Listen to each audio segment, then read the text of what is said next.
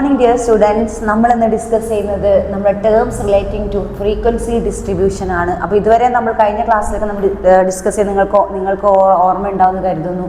Data collections അറിയാലോ, നമ്മൾ data അത് ഇൻ്റർവ്യൂ ബേസ് ചെയ്ത് നമ്മൾ ഡാറ്റ കളക്ട് ചെയ്തു, ഡാറ്റ കളക്ഷൻസ് ചെയ്തു, പിന്നെ നമ്മളത് അനലൈസ് ചെയ്തു, നമ്മൾ പിന്നെ അതെന്ത് ചെയ്തു, പ്രോബ്ലം സോൾവിങ്ങിലേക്ക് കൊണ്ടുപോയി, ദെൻ പ്രസൻറ്റ് ചെയ്തു.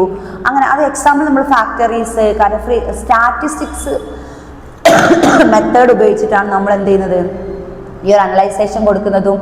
നമ്മൾ ഇതിൻ്റെ ഒരു എന്താ പറയുക, പ്രോബ്ലം സോൾവിങ് മെത്തേഡ് ഉപയോഗിക്കുന്നതൊക്കെ എന്തുപയോഗിച്ചിട്ട് മാത്രമാണ്, നമ്മൾ സ്റ്റാറ്റിസ്റ്റിക്കൽ മെത്തേഡ് ഉപയോഗിച്ചിട്ടുള്ള ഡാറ്റ കളക്ഷൻസ് ആണ് നമ്മൾ ഇതുവരെ ഡിസ്കസ് ചെയ്ത ഓരോ പാർട്ടിലും.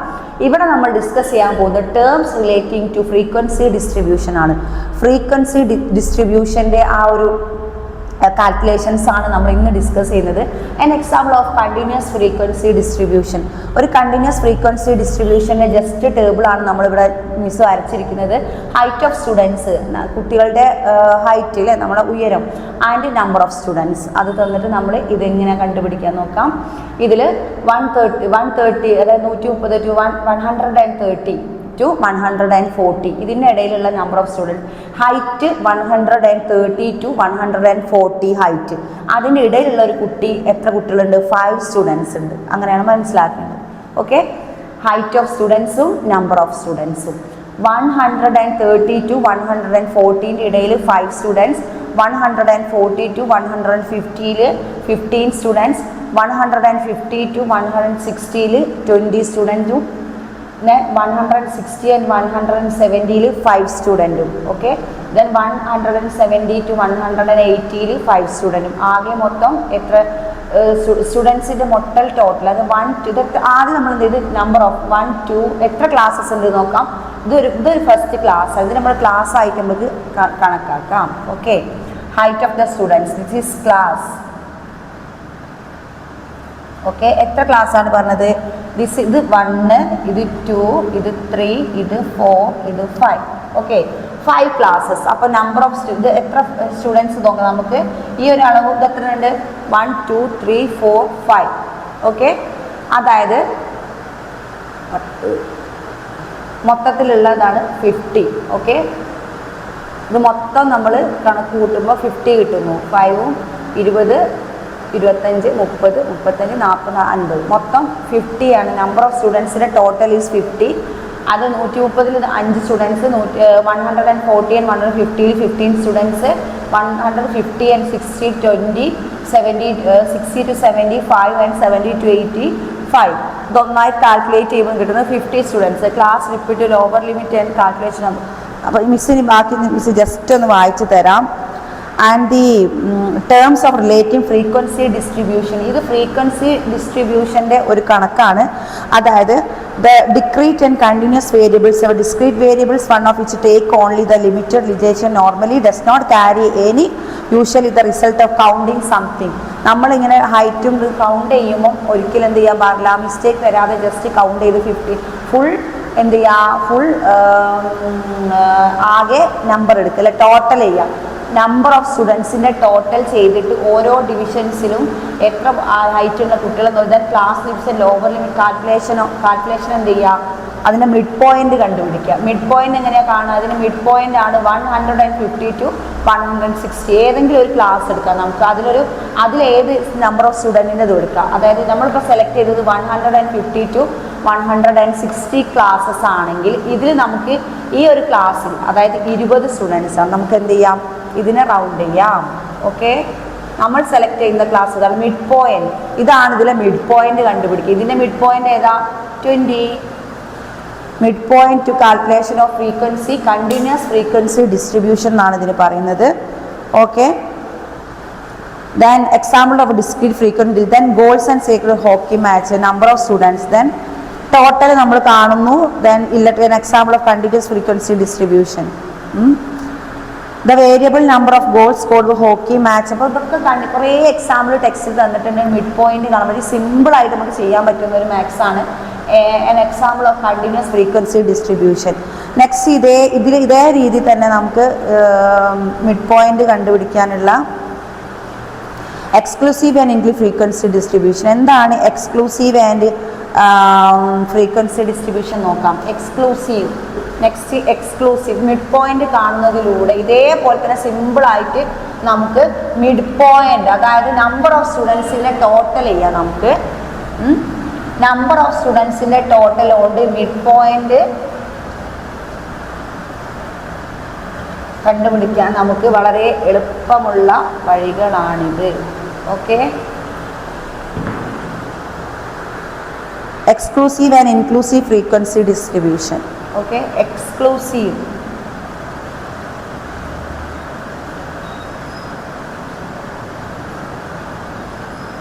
exclusive and frequency inclusive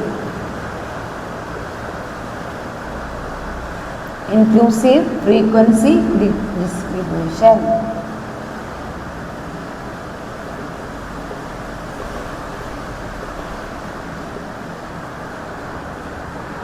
ഇതിന് എക്സാമ്പിൾ കൊടുത്തത് മാർക്ക് ഓഫ് സ്റ്റാറ്റിസ്റ്റിക്സ് എന്ന് പറഞ്ഞ് കൊടുത്തിട്ടുണ്ട്. മാർക്ക് ഓഫ് സ്റ്റാറ്റി, അതായത് 0 to 10, 10 to 20, 20 to 30, 30 to 40, 40 to 50. കുറേ ധാരാളം വന്നിട്ടുണ്ട്. മിസ് ജസ്റ്റ് ഒന്ന് എഴുതിയിട്ടുള്ളൂ. നെക്സ്റ്റ് ഇവിടെ കൊന്നത് മാർക്ക് ഓഫ് സ്റ്റാറ്റി നമ്പർ ഓഫ് സ്റ്റുഡൻസ് ആണ്.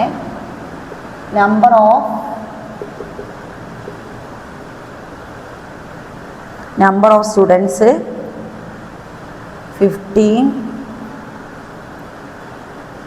25, 30 and 20. Okay, 1 2 3 1 2 3 4 5 1 2 3 4 5 20. ഓക്കെ, അപ്പോൾ നമ്മൾ കുറച്ച് വിട്ട് ചെയ്താലേ.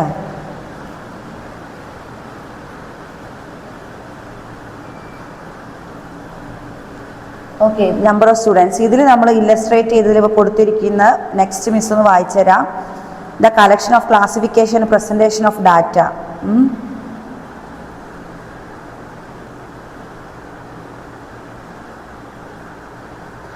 This exclusive distribution presented the illustration of 10, the case of the first class of interval 1 to 10, 0 to 10.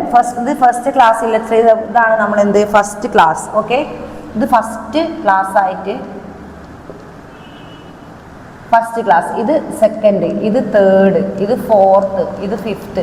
ആകെ എത്ര ക്ലാസ് നമുക്ക് തന്നു? Fifth class. Mark of miss സ്റ്റാറ്റിന്ന് എഴുതിയിട്ടുള്ളൂ. സ്റ്റാറ്റിസ്റ്റിക്സ് ആണ്. സ്റ്റാറ്റിസ്റ്റിക്സിൻ്റെ മാർക്കാണ് 10ൻ്റെ ഉള്ളിൽ കിട്ടിയത് 15 കുട്ടികൾക്കാണ് അല്ലേ. Number of student 15. അതായത് ഞാൻ 10 to 20ൻ്റെ ഇടയിൽ കിട്ടിയത് 25, ദെൻ 20 to 30ൻ്റെ ഇടയിൽ കിട്ടിയത് 30 സ്റ്റുഡൻസ്, 30 to 40 മാർക്സിൻ്റെ ഇടയിൽ കിട്ടിയത് 20 സ്റ്റുഡൻസ്, ആൻഡ് 40 to 50ൽ 10 സ്റ്റുഡൻസ്. ഇത്രയും സ്റ്റുഡൻസ് ആണ് എന്തിലുള്ളത്, എന്ത് സ്റ്റാറ്റിസ്റ്റിക്സിൽ മാർക്ക് വാങ്ങിയത്. അപ്പോൾ ഇതിൽ ഫസ്റ്റിലെ ക്ലാസ് 0 to 10 ആണ്. First class interval you be and will be excluded from this class interval and will be taken of a lower limit of the next class interval, and therefore meaning of assign the first class and will be 0 in the second class. The exclusive method present in the class of interval is not possible to classify items having values between upper and lower limits of 2. Upper and lower limit 2 classes and variables to include method for discrete variable. Okay, cumulative frequency distribution. The cumulative frequency distribution shows the cumulative frequency is not actual frequencies. അപ്പോൾ ഇതിൽ കാണുന്നത് അതേപോലെ തന്നെ ഒരു class, ഏത് class നമുക്ക് select ചെയ്യാം. ഇതിന് മിഡ് പോയിന്റ് കണ്ടുപിടിക്കാം. ഈ മിഡ് പോയിന്റും ആൻഡ് നമ്പർ ഓഫ് സ്റ്റുഡൻസിന് നേരെ 1 2 3 തേർഡ് ക്ലാസ് 30. ഓക്കെ, ഇതിൻ്റെ ഡിവൈഡിൽ വരുന്നത് 10. നമ്മൾ 20 to 30ന് ഇടയിൽ 10 ആണ് വരുന്നത്. ഈ 10 divided by 30 by 10 is equal to 3. Okay, 3 is equal to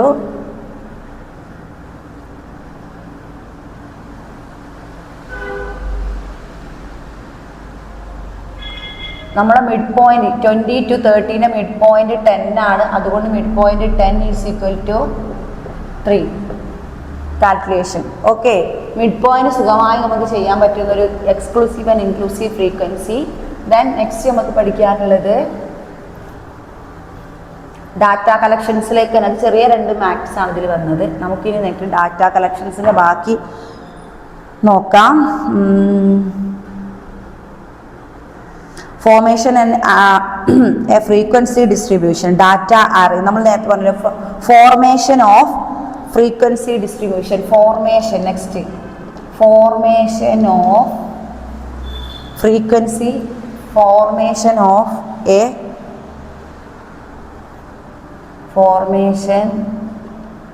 a frequency distribution.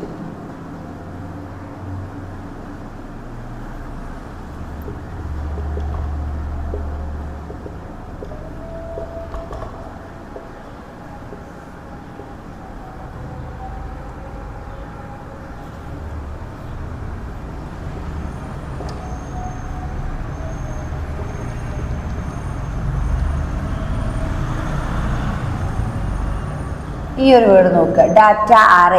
ARRAY വീണ്ടും റിപ്പീറ്റ് ചെയ്ത് നമ്മൾ കഴിഞ്ഞ ക്ലാസ്സിൽ വേറൊരു യൂണിറ്റിൽ വേറൊരു പാർട്ടിൽ നമ്മൾ ഡിസ്കസ് ചെയ്ത് തന്നെയാണ്. അത് വീണ്ടും റിപ്പീറ്റേഷൻ. ഡാറ്റ അറേ എന്താണ്?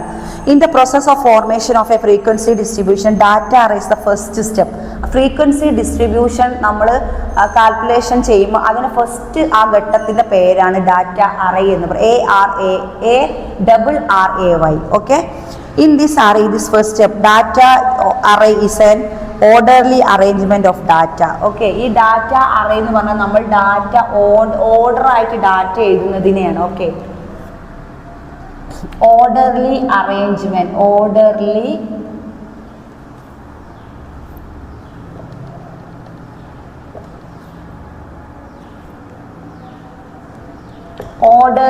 അറേഞ്ച്മെന്റ് ആണിത്. ഓക്കെ, ഇതിനെയാണ് നമ്മൾ എന്തെന്ന് പറയുന്നത്?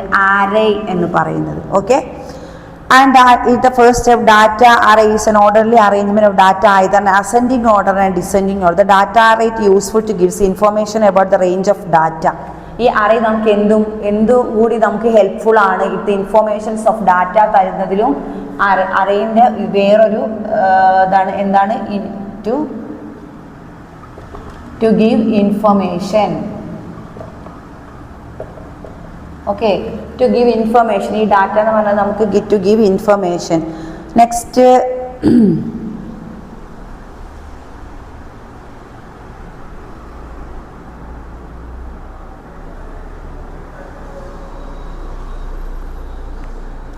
classification means arranging the data of different classes. Okay, next നമുക്ക് ഡിസ്കസ് ചെയ്യാനുള്ളത്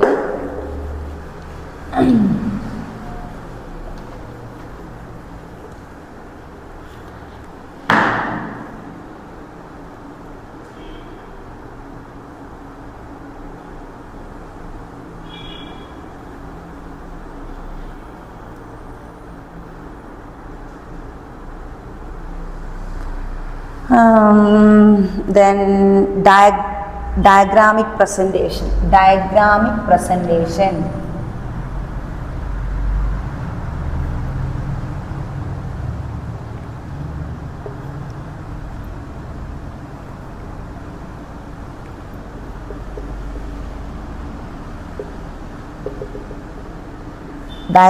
presentation.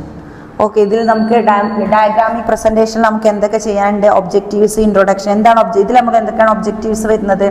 State the importance of visual presentation and describe the usefulness of diagrammic for the presentation and explain the principles of presentation. Identify the different types of diagrams and prepare the different types of diagram. Importance of visual presentation. നമ്മൾ എന്ത് കാര്യത്തിൽ നമ്മൾ visual presentation പെട്ടെന്ന് എന്ത് കാര്യങ്ങൾ catch ചെയ്യാൻ പറ്റും. അതിൻ്റെ വേറൊരു ഭാഗമാണ് terms relating to frequency distribution. ഒരു ടേമാണ് എന്ന് ഡയഗ്രാമിക് പ്രസൻറ്റേഷൻ. നമ്മുടെ ഈ കുട്ടികൾ നേരത്തെ നമ്മൾ നമ്പർ ഓഫ് സ്റ്റുഡൻസും പിന്നെ സ്റ്റാറ്റിസ്റ്റിക്കൽ കാൽക്കുലേഷനൊക്കെ ചെയ്തപ്പോൾ അത് ഡയഗ്രാം, നേരത്തെ നമ്മൾ ചെയ്തത് കാൽക്കുലേഷനാണ്. അതേപോലെ ഇത് ഡയഗ്രാം ഉപയോഗിച്ച്, അതായത് ബാർ ഡയഗ്രാം ഉപയോഗിച്ച് ചെയ്യുന്നതാണ് എന്ത് നമ്മുടെ ഡയഗ്രാമിക് പ്രസൻറ്റേഷൻ. ഓക്കെ.